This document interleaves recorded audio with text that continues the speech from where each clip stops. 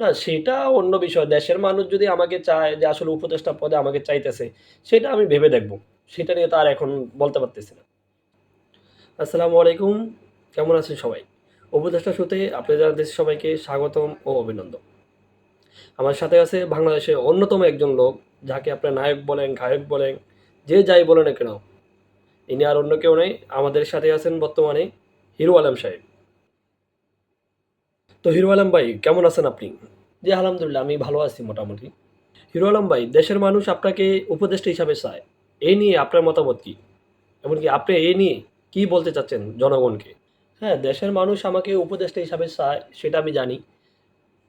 ফেসবুকে এমনকি বিভিন্ন সোশ্যাল মিডিয়াতে অবশ্য লেখালেখি হইতেছে যে আসলে আমাকে উপদেষ্টা হিসাবে চাইতেছে সবাই।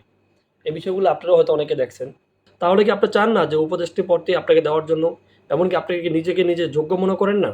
যে আসলে আপনারা এই বিষয়টাও অনেকেই হয়তো জানেন, দেখতেছেন ফেসবুকের মাধ্যমে। সবাই বলতেছে যে ফারুকের চেয়ে হিরো আলম অনেক ভালো। তো এখন আপনারাই ভালো মনে করেন যে আসলেও কে কার থেকে ভালো। তো হিরো আলম ভাই, আপনাকে সর্বশেষ একটাই কথা বলব, যদি উপদেষ্টা পদ যদি আপনাকে দেওয়া হয়, তো সেই ক্ষেত্রে কি আপনি কি সেই পদটা গ্রহণ করবেন কিনা? এই নিয়ে যদি আমাদের বলতেন। না সেটা অন্য বিষয়। দেশের মানুষ যদি আমাকে চায় যে আসলে উপদেষ্টা পদে আমাকে চাইতেছে, সেটা আমি ভেবে দেখব। সেটা নিয়ে তো আর এখন বলতে পারতেছি না। সেটা আমি পরে জানাবো দেশের মানুষকে। যদি দেশের মানুষ আমাকে যোগ্য মনে করে যে আসলে উপদেষ্টা পদ হিরো আলমকে দিলে যে ভালো মনে হয়, তাহলে অবশ্যই সেটা আমি গ্রহণ করব। সেটা ভেবেচিন্তে আরকি।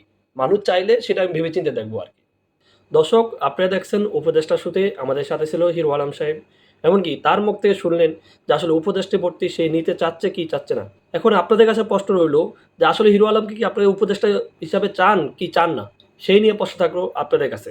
অবশ্যই আপনারা জানাবেন আপনাদের মতামত কমেন্ট বক্সে অবশ্যই কমেন্ট করে জানাবেন যে আসলে কি হিরো আলমকে আপনারা উপদেষ্টা পদে চান কি চান না? তো ভালো থাকবেন, সুস্থ থাকবেন। আবার দেখা হবে অন্য কোনো ভিডিও নিয়ে আপনাদের সাথে ইনশাআল্লাহ।